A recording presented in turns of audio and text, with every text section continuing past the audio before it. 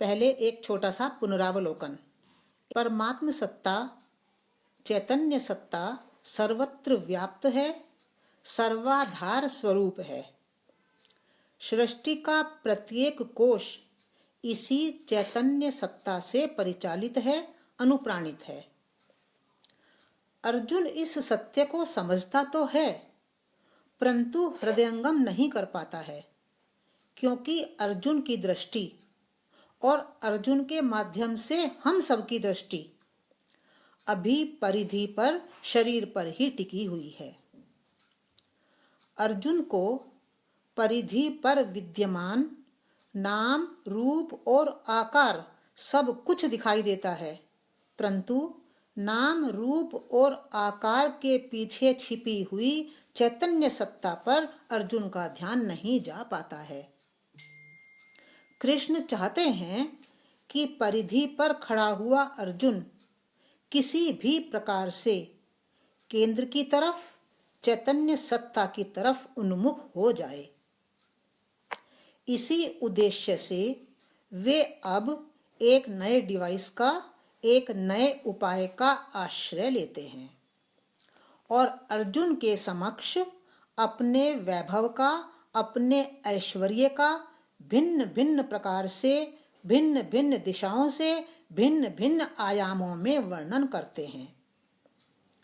कृष्ण सोचते हैं कि वैभव की तरफ, ऐश्वर्य की तरफ अर्जुन की आंख का उठना किंचित संभव हो सकता है, और यदि यह संभव हुआ तो फिर वैभव के दर्शन द्वारा अर्जुन सर्वत्र व्याप्त चैतन्य सत्ता को पकड़ने में भी समर्थ हो सकता है।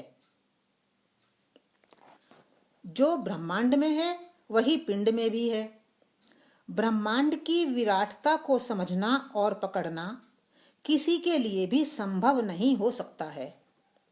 इसलिए कृष्ण पिंड में व्याप्त अपने ऐश्वर्य का, अपनी विभूति का वर्णन अर्जुन के समक्ष अनेक प्रकार से, अनेक दिशाओं से, अनेक आयामों में करते हैं।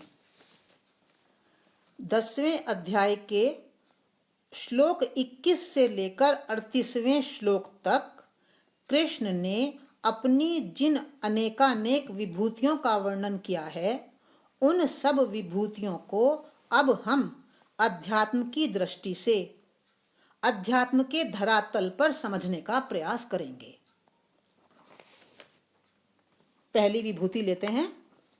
कृष्ण कहते हैं, आदित्यानाम अहम विष्णु, अर्थात आदित्यों में मैं विष्णु हूं। अब हमें आदित्य को भी समझना है कि आदित्य क्या है और विष्णु क्या है। आदित्य का अर्थ है अदिति से उत्पन्न। पुनः प्रश्न बनता है, यह अदिति कौन है? आध्यात्मिक स्तर पर जब मनुष्य अपने आप को आत्मा समझकर शरीर को उस आत्मा की अभिव्यक्ति का साधन रूप समझता है, तब उसकी चेतना अखंडित चेतना कही जाती है। पुराणों में इस अखंडित चेतना को ही अदिति नाम दिया गया है। व्यक्तित्व में दिव्यता की उत्पत्ति का प्रमुख हेतु यह अखंडित चेतना ही है।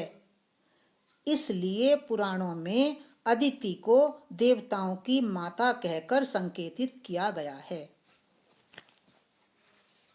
इस अखंडित चेतना की स्थिति में व्यक्तित्व 12 प्रकार की दिव्यताओं से अथवा 12 प्रकार के दिव्य गुणों से संयुक्त हो जाता है। उन दिव्यताओं को अथवा उन दिव्य गुणों को ही पुराणों में अदिति के 12 पुत्र अथवा 12 आदित्य कहकर संबोधित किया गया है। तो आदित्य क्या है? आदित्य हैं 12 प्रकार की दिव्यताएं जो अखंडित चेतना के फलस्वरूप हमारे व्यक्तित्व में उत्पन्न हो जाती हैं। अब ये 12 आदित्य कौन कौन से हैं? पुराणों में इनका विस्तार से वर्णन हुआ है, मैं बहुत संक्षेप में लेती हूँ। अदिति के ये 12 पुत्र 12 गुणों को इंगित करते हैं और ये गुण हैं न। पहला गुण है विवस्वान अर्थात वासना रहित स्थिति। हमारे व्यक्तित्व में एक स्थिति पैदा होती है जो वासना रहित होती है। दूसरा गुण है धाता। धाता का अर्थ है समग्र अस्तित्व के प्रति स्वीकार्यता का गुण। तीसरा पुत्र है या गुण है विधाता। विधाता का अर्थ क्या है? स्वीकार्यता गुण के कारण अपने भाग्य का निर्माता हो जाने का गुण। विधाता, हम अपने विधाता हो जाते हैं, यानी हम अपने भाग्य के निर्माता हो जाते हैं। चौथा गुण है पूषा। पूषा का अर्थ है पशुओं को अर्थात हमारे अंदर के पाशों को पालने वाला। ये पूषा क्या करता है? हिरण्य कोश से शक्ति प्राप्त करके उस शक्ति को यह निचले स्तरों पर वितरित करता है। जो पाश हैं वे हमारे निचले स्तरों पर हैं। अन्नमय कोश, प्राणमय कोश, मनोमय कोश जो हमारे ये नीचे के स्तर हैं, यहाँ पर वो चीज विद्यमान हैं, वो दुर्गुण विद्यमान हैं या वो बातें विद्यमान हैं जो कि हमें बांधती हैं। तो ये जो पूषा है ये शक्ति ऊपर से लेता है और उन कोशों में पहुंचाता है। पांचवा पुत्र है त्वष्टा। त्वष्टा का अर्थ है व्यक्तित्व की काट छांट करके उसका नव निर्माण करने का गुण। ये सब जो मैं बता रही हूं गुण, ये हमारे व्यक्तित्व में तब पैदा होते हैं जब हमारी चेतना अखंडित बनती है, जिसे अदिति कहा गया है। छठा गुण है सविता। सविता का अर्थ है उत्पादकता का गुण, यानी हम क्रिएटिव हो जाते हैं।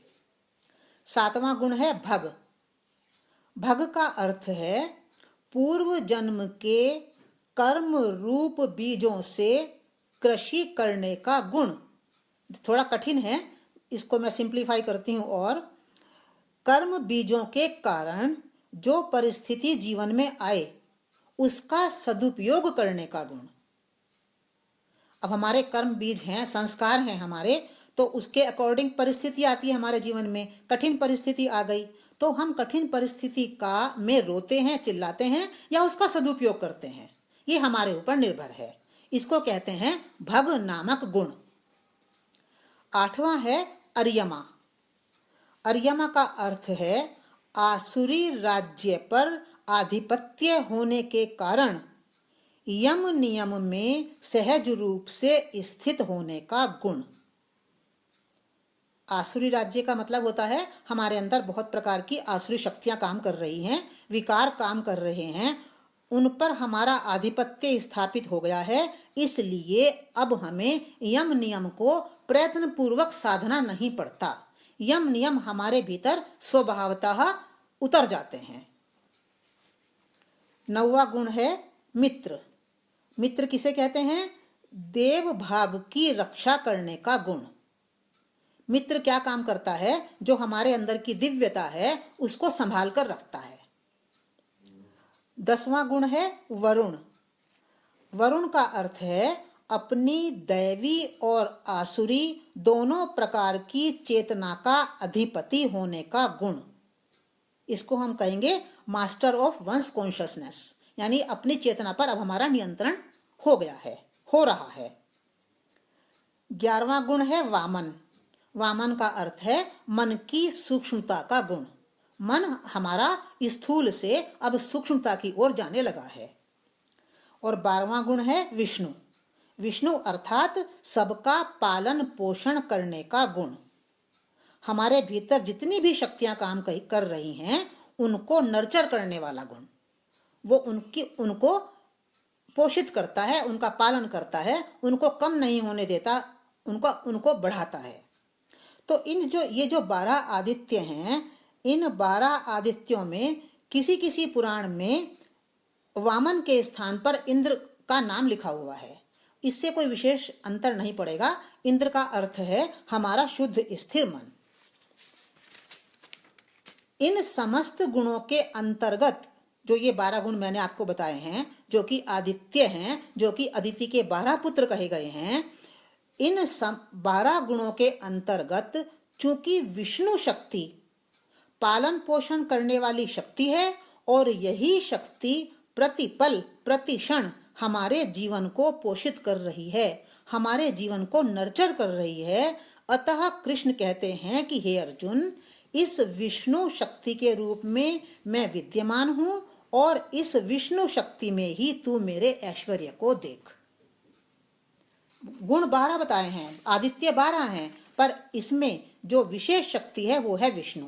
क्यों है? क्योंकि वह प्रतिपल प्रतिक्षण, एक क्षण भी ऐसा नहीं होता जो वो हमारा पालन पोषण नहीं कर रही है। अंदर भीतर जो हमारे इतनी सिस्टम्स काम कर रहे हैं, इतने कोश, करोड़ों कोश हमारे अंदर हैं, किस प्रकार से अंदर ये व्यवस्था का काम चल रहा है, किस प्रकार से सिस्टमेटिकली चल रहा है, तो जौन सी शक्ति ये काम कर रही है वो है विष्णु शक्ति। तो इसलिए कृष्ण ने कहा है कि आदित्यों में मैं विष्णु हूं। ये हो गया हमारी पहली विभूति, विष्णु नाम की विभूति। अब आगे चलते हैं। दूसरी विभूति है ज्योतिषाम रविरंशुमान, अर्थात ज्योतियों में मैं अंशुमान सूर्य हूं। जब पढ़ते हैं, इस लाइन को पढ़ते हैं कि ज्योतियों में मैं अंशुमान सूर्य हूं, तो हमारा ध्यान किधर जाता है? तुरंत उस सूर्य की तरफ जाता है जो कि हमें प्रकाश देता है।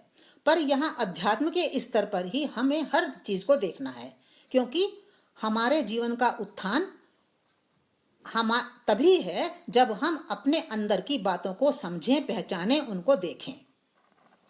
तो यहाँ कहा है ज्योतियों में मैं अंशुमान सूर्य हूं। अंतः जगत में अनेक प्रकार की ज्योतियां विद्यमान हैं। शुद्ध मन की अपनी ज्योति है, प्रज्ञा की अपनी ज्योति है, भिन्न भिन्न गुणों का भी अपना अपना प्रकाश है। परंतु इन सब प्रकाशों में, इन सब ज्योतियों में आत्मा का प्रकाश श्रेष्ठतम है। अध्यात्म के स्तर पर स्वतः प्रकाशमान आत्मा को ही सूर्य कहकर इंगित किया जाता है। एक बाहर का सूर्य है, एक अंदर का सूर्य है। अंदर का सूर्य किस बात का प्रतीक है? आत्मा का प्रतीक है। तो कृष्ण कहते हैं कि हे अर्जुन, समस्त ज्योतियों के परम उत्कर्ष रूप आत्मा को ही तू सूर्य जान, और इस सूर्य के रूप में, इस आत्मा के रूप में मैं ही विद्यमान हूं। यही मेरा सबसे बड़ा वैभव है। यह है दूसरी विभूति, सूर्य के रूप में, आत्मा के रूप में। परमात्मा हमारे भीतर आत्मा के रूप में विद्यमान है और ये उसका बहुत बड़ा ऐश्वर्य है। क्यों ऐश्वर्य है उसका बहुत बड़ा? क्योंकि आत्मा नहीं तो हम भी नहीं, शरीर भी नहीं, कुछ भी नहीं। शरीर चलता है आत्मा से, चैतन्य शक्ति से। अब तीसरी विभूति है मरीचि ही मरुताम अस्मि, अर्थात मरुतों में मैं मरीचि हूं। अब हमें समझना है कि ये मरुत क्या है और ये मरीचि क्या है। पौराणिक साहित्य में मरुत शब्द वायु अर्थात प्राण का वाचक है।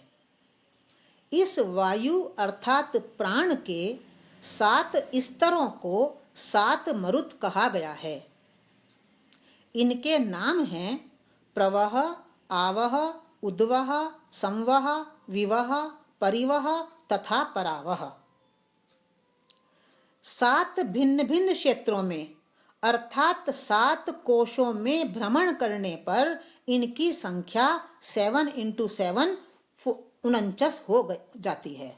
मरुत कहे गए हैं 49। तो 49 कैसे हैं? 7 तो ये प्राण के स्तर हैं और ये 7 प्राण के स्तर एक के ऊपर एक इकट्ठे रहते हैं, और 7 कोशों में जब ये इकट्ठे रहते हैं तब 7 कोशों के आधार पर इनकी संख्या 49 हो जाती है। अग्नि पुराण और भविष्य पुराण आदि अनेक पुराणों में ये जो 49 नाम हैं मरुतों के, इनका भी वर्णन किया गया है। डिटेल नहीं है, केवल नाम लिखे गए हैं। ऐसा प्रतीत होता है कि ये सभी 49 प्राण जिन्हें मरुत कहा गया है, मनुष्य व्यक्तित्व में प्रसुप्त अवस्था में विद्यमान रहते हैं और केवल तब सक्रिय होते हैं जब मनुष्य की अपनी ही प्रज्ञा जागृत होकर अपने ही देहाभिमान का विनाश करने के लिए उद्यत होती है। ये इम्पोर्टेंट है। इम्पोर्टेंट इसलिए है कि जो ये 49 प्राण हैं ये प्रसुप्त अवस्था में हैं, पर जागृत उन्हीं के जागृत होते हैं जो अपने ही देहाभिमान का विनाश करना चाहते हैं, जिनकी प्रज्ञा जागृत हो जाती है। तो प्रज्ञा के उपरोक्त कार्य में सहायता करने वाले मरुत प्राणों का जो परम उत्कर्ष है वो है उनका तेज। ये कैसे देहाभिमान का विनाश करने के लिए ये जग जाते हैं, तो किस कारण जगते हैं, क्या चीज है इनमें, तो जो इनको जगा देती है तो वो है इनका तेज। मरुत प्राणों में जो तेज विद्यमान है उससे कृष्ण कहते हैं मरीचि, पुराण कहते हैं उसको मरीचि। तो कृष्ण कहते हैं कि प्रज्ञा के देहाभिमान रूप विनाश कार्य में सहायक होने के कारण कुछ प्राण मरुत प्राण कहलाते हैं और उन मरुत प्राणों में विद्यमान जो तेज है वो मरीचि मैं ही हूं, वो मेरा ही ऐश्वर्य है। कुछ विभूति वर्णन में कुछ बातें ऐसी आएंगी जो उच्च स्तर की हैं। उच्च स्तर की होने के कारण हम उनका अनुभव करने में समर्थ नहीं हो पाएंगे शायद, तो इसलिए हमें उनको बस समझ लेना है और फिर अनुभव के स्तर पर उतारने में समय लगेगा। जैसे ये मरुत हैं तो मरुत को समझने में समय इसलिए लगेगा क्योंकि ना तो अभी हमारी प्रज्ञा जागृत हुई है, ना अभी हमने देहाभिमान का विनाश करने का सोचा है। अब अगली विभूति है हमारी नक्षत्राणाम अहम शशि, अर्थात नक्षत्रों में मैं चंद्रमा हूं। अब हम जैसे ही इसको पढ़ते हैं तो हमें नक्षत्र शब्द पढ़ते ही हमें आकाश के नक्षत्रों का ही स्मरण आता है, पर अध्यात्म के स्तर पर अब हमें समझना है कि ये नक्षत्र क्या है। आध्यात्मिक स्तर पर नक्षत्र का अर्थ है मनुष्य द्वारा किए जाने वाले सदकर्म जो उसके जीवन में अपने प्रकाश से उसी प्रकार टिमटिमाते रहते हैं जैसे आकाश में नक्षत्र। सदकर्म हमारे भीतर, जब हम सदकर्म करते हैं तो सदकर्म का जो प्रकाश है वो हमारे भीतर टिमटिमाता है। कैसे टिमटिमाता है? मध्यम मध्यम, जैसे आकाश में नक्षत्र। शशि का अर्थ है चंद्रमा, और चंद्रमा शुद्ध पवित्र मन का वाचक है। तो कृष्ण कहते हैं कि यूं तो सभी सत्कर्मों के आधार रूप में मैं चैतन्य सत्ता ही विद्यमान हूं, परंतु सत्कर्मों का जो परम उत्कर्ष है वह शुद्ध पवित्र मन की प्राप्ति में ही निहित है। क्यों? शुद्ध पवित्र मन के अभाव में अहंकार के आ जाने से हमारे सदकर्म भी सदकर्म न रहकर असदकर्म में परिणत हो जाते हैं। अतः कृष्ण कहते हैं कि हे अर्जुन, शुद्ध पवित्र मन के रूप में तू मेरे ही वैभव को देख। देखिए सदकर्म के विषय में कितनी बड़ी बात कही है कि उन्होंने कहा है कि सदकर्म को लेकर व्यक्ति कितना अभिमानी हो जाता है, मैंने ये किया, मैंने ये किया, मैंने ये किया। पर जब वो अभिमानी हो जाता है तो हमारा सदकर्म असदकर्म हो जाता है। तो इसलिए वो कह रहे हैं इतनी इंपॉर्टेंट बात कि नक्षत्रों में मैं चंद्रमा हूं, अर्थात शुद्ध पवित्र मन हूं। अगर मन हमारा शुद्ध और पवित्र रहेगा तभी हमारे सदकर्म सदकर्म रह पाएंगे, अन्यथा असदकर्म हो जाएंगे। तो एक छोटे से शब्दों में उन्होंने कितनी बड़ी बात कही है, नक्षत्राणाम अहम शशि।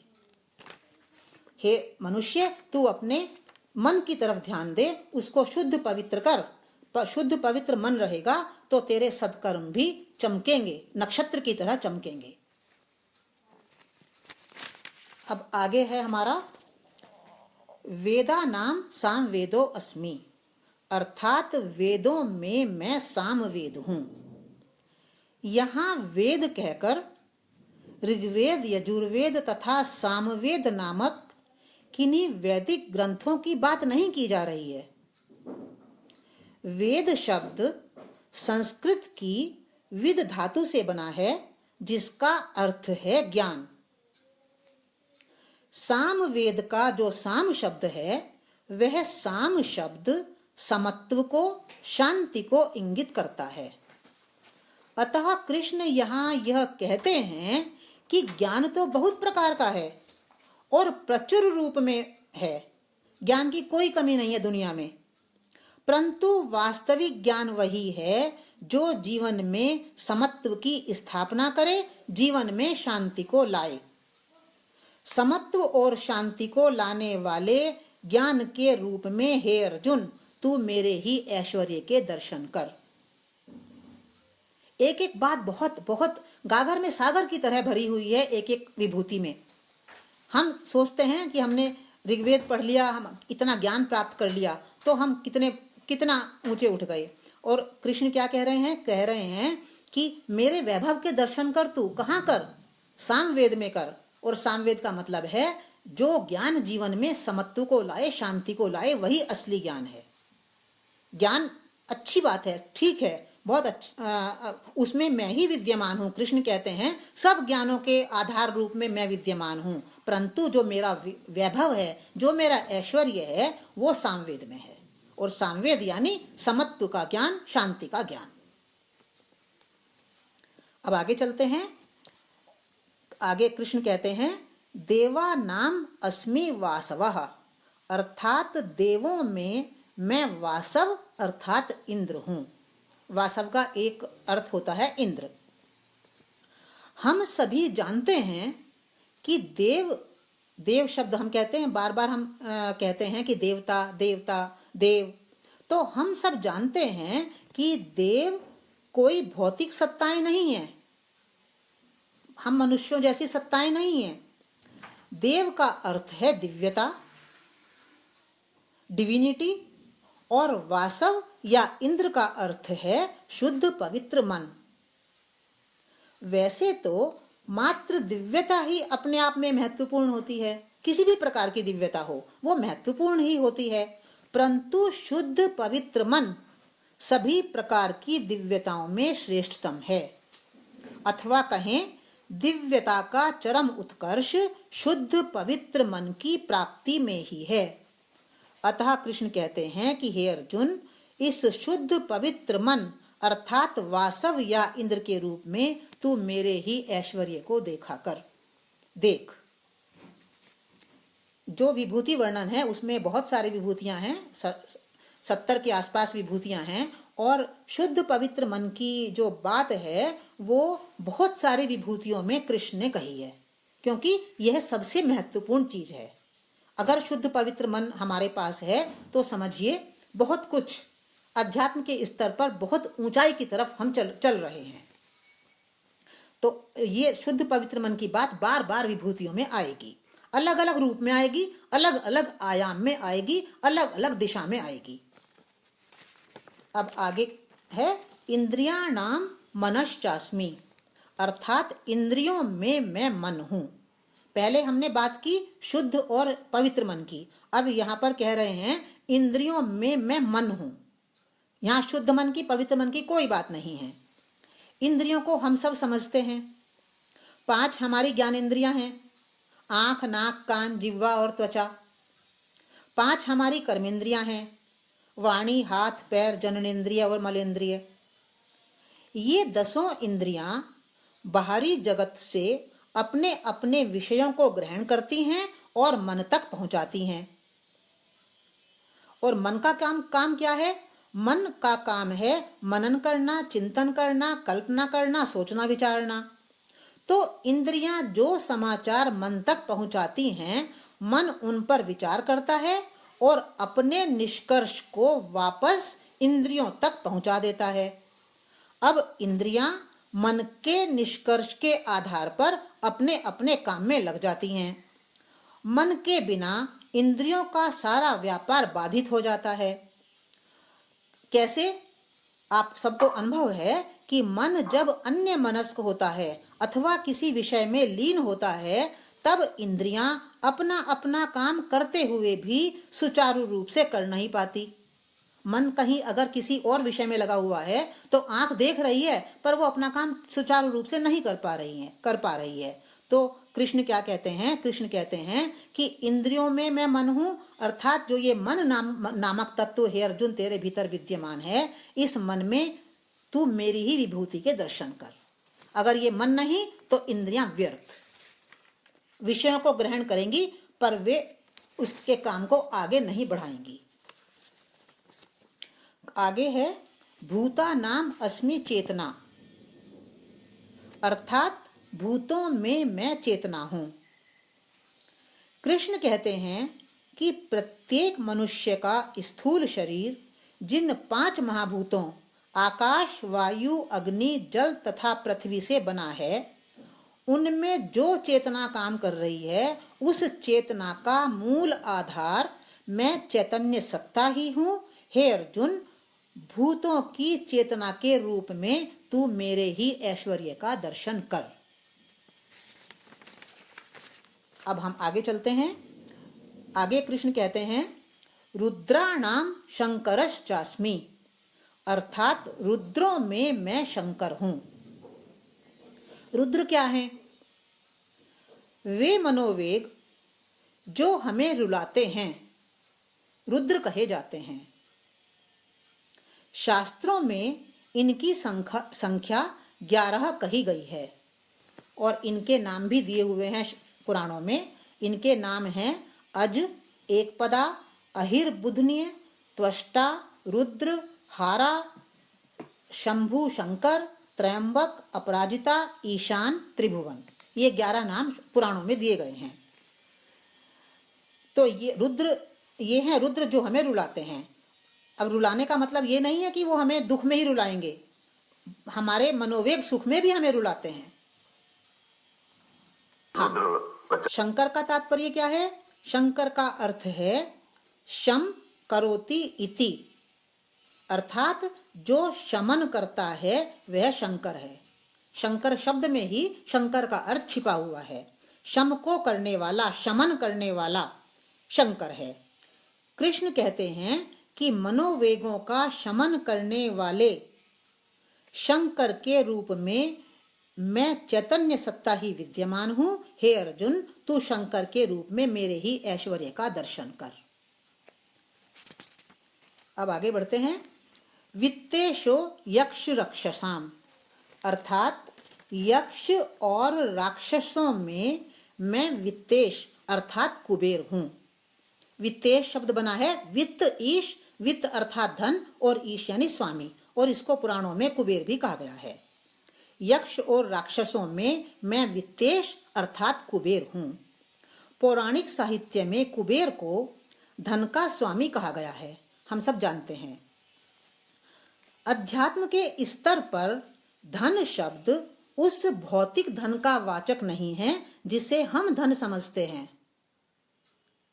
यह धन शब्द धनात्मकता को, सकारात्मकता को, या कहें पॉजिटिविटी को, या कहें पॉजिटिव एटीट्यूड को इंगित करता है।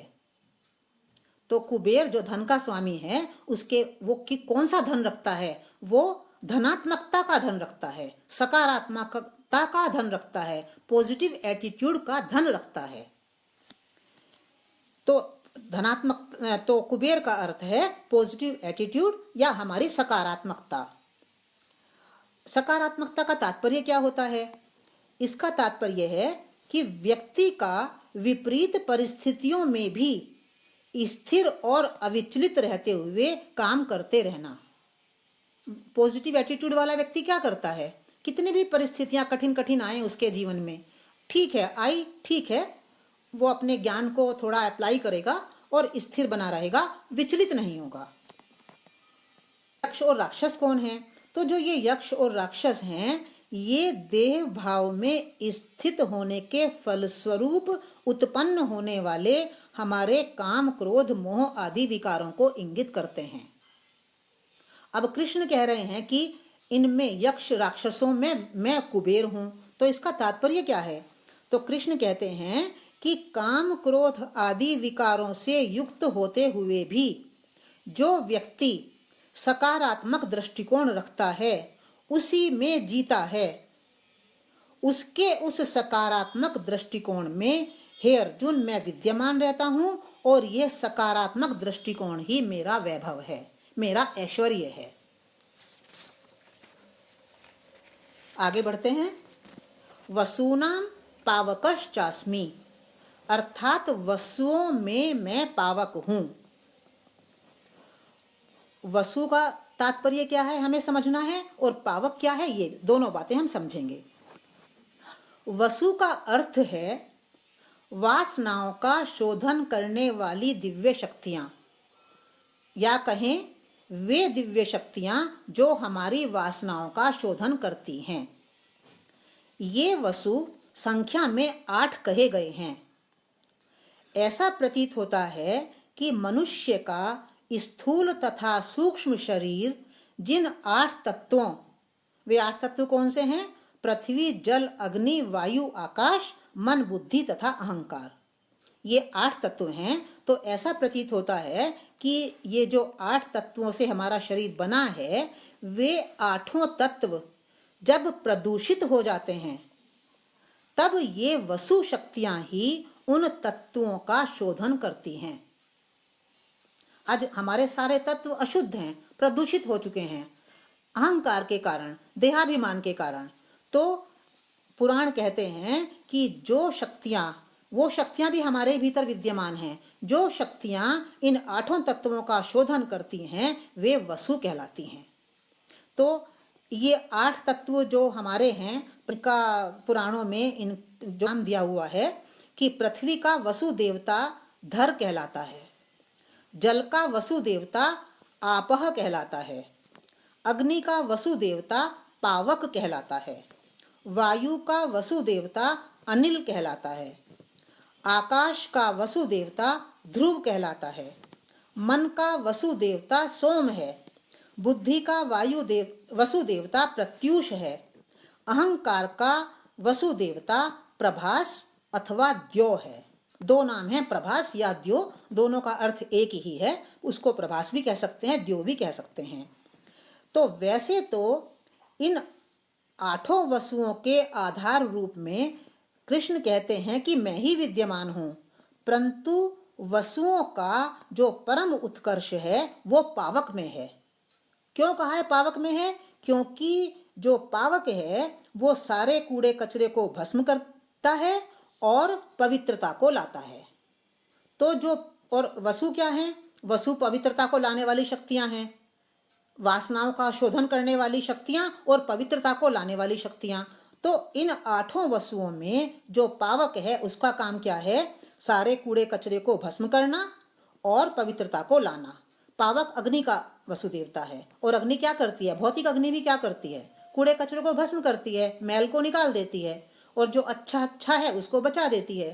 तो कृष्ण कहते हैं कि इस पावक नामक वसु देवता के रूप में हे अर्जुन मैं ही विद्यमान हूं, और तू इसमें मेरे ऐश्वर्य को देख सकता है। आगे चलते हैं। आगे कहा है मेरु शिखरिणाम अहम, अर्थात शिखरों में मैं मेरु हूं। इसको समझने में जरा सा समय लगेगा, थोड़ा सा कठिन है। हम मेरु क्या है, शिखर क्या है, अब हम समझते हैं। शिखर का अर्थ है आत्यंतिक ऊंचाई। हम सब जानते हैं शिखर का अर्थ सबसे ऊंची जो ऊंचाई होती है वो आत्यंतिक ऊंचाई, वो है शिखर। और मेरु का अर्थ क्या है?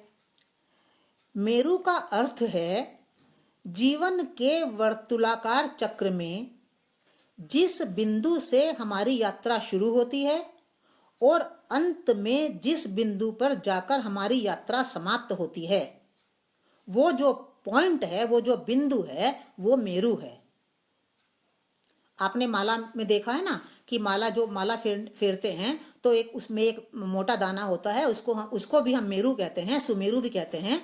तो वहां से हम शुरू करते हैं माला को जपना, और जब अंत में जब आते हैं तो उसी मेरु पर आ जाते हैं। तो यात्रा जहां से शुरू हुई, अंत में यात्रा उसी बिंदु पर आकर समाप्त हो गई।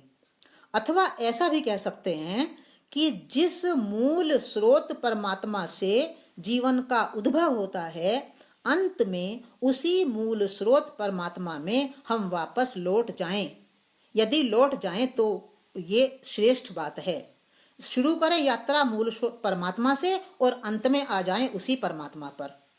अथवा ऐसा भी कह सकते हैं कि विस्मृति के कारण जिस आत्मा परमात्मा से हम दूर हुए हैं, संसार के भोगों में घूमे हैं, अंत में स्मृति के लौटने पर पुनः उसी आत्मा परमात्मा से एकाकारता को प्राप्त हो जाना मेरु है। अथवा एक और तरह से भी हम इसको कह सकते हैं कि एक दिन हम आत्म स्वरूप में स्थित थे, उसे भूल गए, संसार के भोगों को भोगा, फिर एक दिन स्मृति लौटी और हम पुनः आत्म स्वरूप में स्थित हो गए। तो जो ये वापस स्थित हो जाना है, यात्रा जहां शुरू हुई, एंड जहां पर है, वो है मेरु। तो अपने मूल स्रोत परमात्मा में लौट जाना ही जीवन की आत्यंतिक ऊंचाई है, जीवन का आत्यंतिक शिखर है। व्यक्ति अपने जीवन में सफलता के कितने ही शिखरों को छू ले, परंतु सर्वोच्च शिखर तो मेरु अर्थात आत्मा परमात्मा से मिलन ही है। कृष्ण कहते हैं, हे अर्जुन, इस मेरु के रूप में, इस पुनर्मिलन के रूप में तू मेरे ऐश्वर्य के दर्शन कर।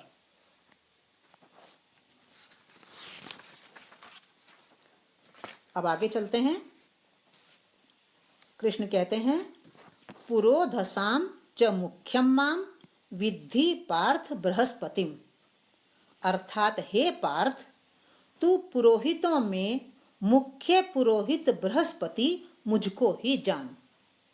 पुराणों में वर्णन है ऐसे कि देवताओं के जो पुरोहित हैं वो बृहस्पति हैं, और कृष्ण क्या कह रहे हैं कि पुरोहित तो बहुत सारे हैं, पर पुरोहित में जो बृहस्पति नाम के पुरोहित हैं उसमें वो मैं हूं, उसमें तू मेरे दर्शन कर। तो अब हम इसको समझना है कि इसका मतलब क्या है, क्योंकि ना तो कोई देवता है और ना कोई बृहस्पति नाम का व्यक्ति है। तो क्या कहना चाह रहे हैं? बृहस्पति शब्द को समझें। बृहस्पति शब्द बृह तथा पति नामक दो शब्दों के मिलने से बना है। पौराणिक साहित्य में पति शब्द लक्ष्य का वाचक है, जिसे हम कहते हैं एम, तथा बृहि का अर्थ है बड़ा, अतः बृहस्पति का अर्थ हुआ बड़ा लक्ष्य। मनुष्य के जीवन का बड़ा लक्ष्य कौन सा है? मनुष्य के जीवन का बड़ा लक्ष्य है स्वयं के स्वरूप को, आत्म स्वरूप को पहचान कर परमात्म तत्व से जुड़ जाना। अर्थात सबसे पहले मनुष्य स्वयं के स्वरूप को इस रूप में पहचान ले कि मैं प्रकाश रूप हूँ, अजर अमर अविनाशी आत्मा हूँ, और मेरे समान अन्य सब भी आत्म रूप ही हैं। और फिर प्रत्येक प्राणी, प्रत्येक पदार्थ, परिस्थिति के प्रति पूर्ण स्वीकार भाव रखते हुए प्रेम पूर्वक जीवन जिए। मनुष्य जीवन का लक्ष्य यही है ना, सबसे बड़ा लक्ष्य है ये मनुष्य के जीवन का, कि पहले स्वयं को पहचानो और फिर उस परमात्म शक्ति से जुड़ जाओ। कृष्ण कहते हैं कि इस बृहत लक्ष्य अर्थात बृहस्पति के रूप में मैं ही विद्यमान हूं, यह बृहत लक्ष्य मेरा ही ऐश्वर्य है। पुराणों में बृहस्पति को इंद्र आदि देवताओं के पुरोहित के रूप में स्मरण किया गया है।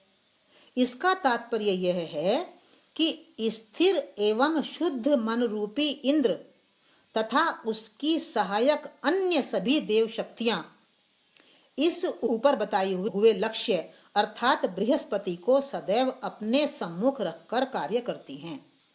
अब बार रिपीट करती हूं मैं इसको कि बृहस्पति पुरोहित हैं। पुरोहित का अर्थ है आगे रखना, सामने रखना। तो देवता जो वर्णन है पुराणों में वो है कि सारे देवता बृहस्पति को अपने आगे रखते हैं जब भी कुछ काम करते हैं। और बृहस्पति का मतलब क्या है? हमारा बृहत लक्ष्य, सबसे बड़ा लक्ष्य। सबसे बड़ा लक्ष्य क्या है हमारा? कि स्वयं को जानना और फिर परमात्मा से जुड़ जाना। तो इस बृहस्पति को सदैव हमें अपने सम्मुख रखना है। इस बड़े लक्ष्य को हमें अपने सम्मुख रखना है, हम चाहे कुछ भी करें। तो कृष्ण कहते हैं कि इस बड़े लक्ष्य के रूप में, इस बृहस्पति के रूप में हे अर्जुन मैं ही विद्यमान हूँ। ये बड़ा लक्ष्य मेरा ही ऐश्वर्य है। छोटे लक्ष्य तो जीवन में बहुत होते हैं, हम उनको पूरा भी करते हैं, पर सबसे बड़ा लक्ष्य ये मेरा, इसमें मेरे विभूति के दर्शन कर, मेरे ऐश्वर्य को देख। आगे बढ़ते हैं। सेनानी नाम अहम स्कंदः, अर्थात सेनानियों में मैं स्कंद हूं। ये जरा कठिन पड़ेगा स्कंद को समझना, पर मैं पूरी कोशिश करूंगी आपको समझ में आ जाए। स्कंद का अर्थ है उपाय या मार्ग या स्कंध। वो उपाय कौन सा है वो हम देखते हैं। इस स्कंद को समझने के लिए हमें एक पौराणिक कथा पर ध्यान देना उपयोगी होगा। पुराणों की एक कथा में कहा गया है कि शिव पार्वती के 2 पुत्र हैं, एक है गणेश तथा दूसरा है स्कंद। एक बार गणेश और स्कंद में यह प्रतिस्पर्धा हुई कि जो पृथ्वी की परिक्रमा पहले कर लेगा वही प्रथम पूज्य होगा। स्कंद अपने वाहन मयूर पर आरूढ़ होकर पृथ्वी की परिक्रमा करने निकल पड़े, परंतु गणेश ने अपने वाहन मूषक पर बैठकर अपने ही माता पिता शिव पार्वती की परिक्रमा कर ली। गणेश की विजय हुई। ये छोटी कथा है।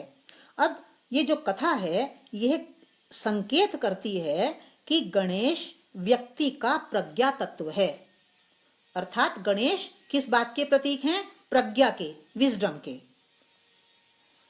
यह प्रज्ञा तत्व परमोच्च सत्ता के सदा निकट रहता है।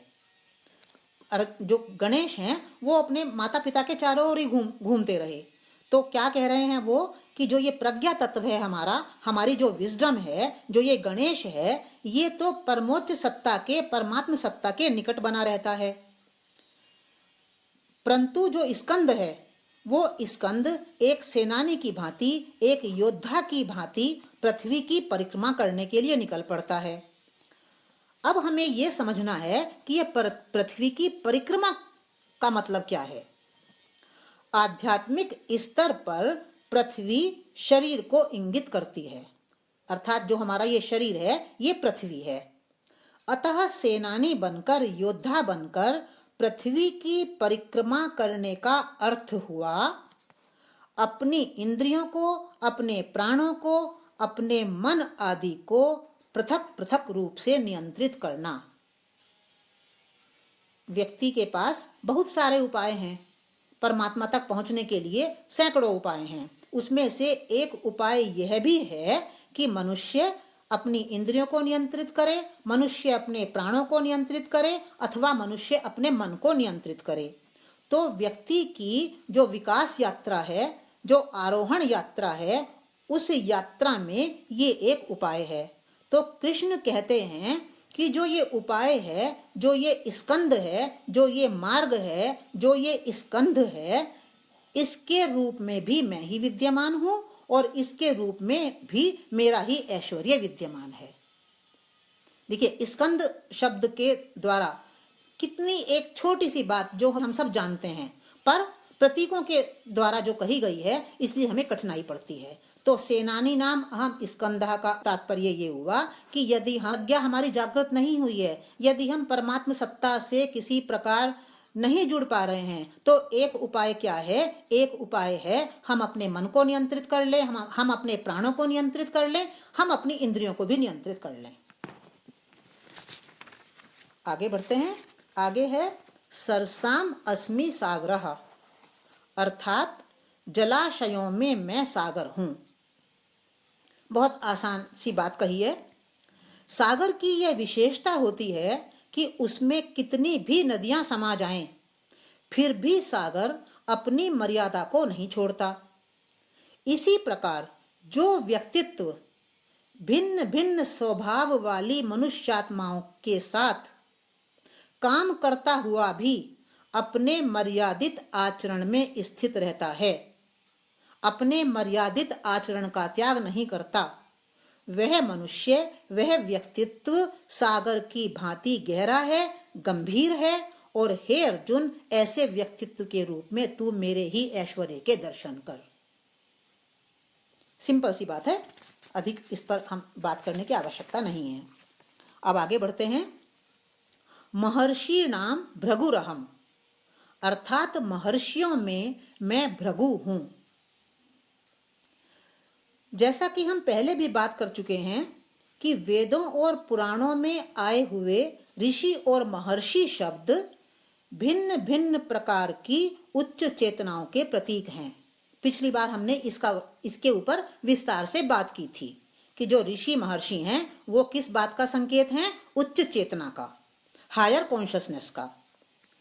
तो उच्च स्तर की जो चेतना मनुष्य के अवचेतन मन में इकट्ठे हुए कर्म बीजों को, कर्म संस्कारों को भून देती है, जला देती है, भस्म कर देती है, उस चेतना को वैदिक पौराणिक साहित्य के अंतर्गत भृगु नाम दिया गया है।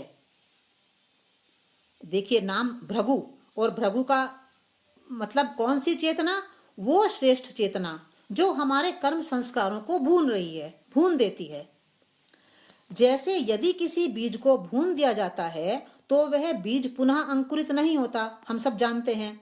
वैसे ही जो उच्च चेतना हमारे ही संचित हुए कर्म के बीजों को, संस्कारों को भून देती है, वे कर्म बीज पुनः अंकुरित नहीं होते। उदाहरण के लिए, मेरे भीतर मान लीजिए कामना का संस्कार है, और कामना के संस्कारों को मेरी ही उच्च चेतना ने भून दिया, तो कामना का संस्कार अब दोबारा पैदा नहीं होगा। तो भूनने की सामर्थ्य पैदा कैसे होगी?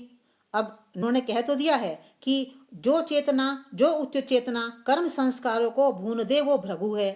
तो ये भृगु की सामर्थ्य पैदा कैसे होती है? तो पुराणों में कहा गया है कि विराट अस्तित्व के प्रति पूर्ण स्वीकार भाव रखने तथा समर्पण भाव की स्थिति में जब मनुष्य किसी भी प्रकार की प्रतिक्रिया से मुक्त हो जाता है, तब उसके नए कर्म बीज बनना बंद हो जाते हैं और पुराने बने हुए कर्म बीज धीरे धीरे अपना फल देकर अंततः विनष्ट हो जाते हैं। यदि हम ऐसा करें तो हमारी चेतना कहलाएगी भृगु, और भृगु चेतना क्या करेगी? हमारे ही कर्म संस्कारों को भस्म कर देगी। कृष्ण कहते हैं कि व्यक्ति में विद्यमान कर्म बीजों को भून देने वाली इस भृगु चेतना के रूप में, हे अर्जुन, तू मेरे ही ऐश्वर्य के दर्शन कर। आगे बढ़ते हैं। कृष्ण कहते हैं, गिराम अस्मि एकम अक्षरम, अर्थात ध्वनियों में मैं एक अक्षर अर्थात ओम की ध्वनि हूं। गिराम अर्थात ध्वनियों में, और एक अक्षर अर्थात ओम की ध्वनि।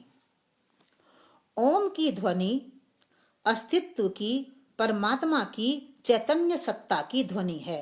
हम कहते भी हैं ना कि ओम का मतलब क्या है? ओम का मतलब है परमात्मा, ओम का मतलब है अस्तित्व, ओम का मतलब है चैतन्य सत्ता।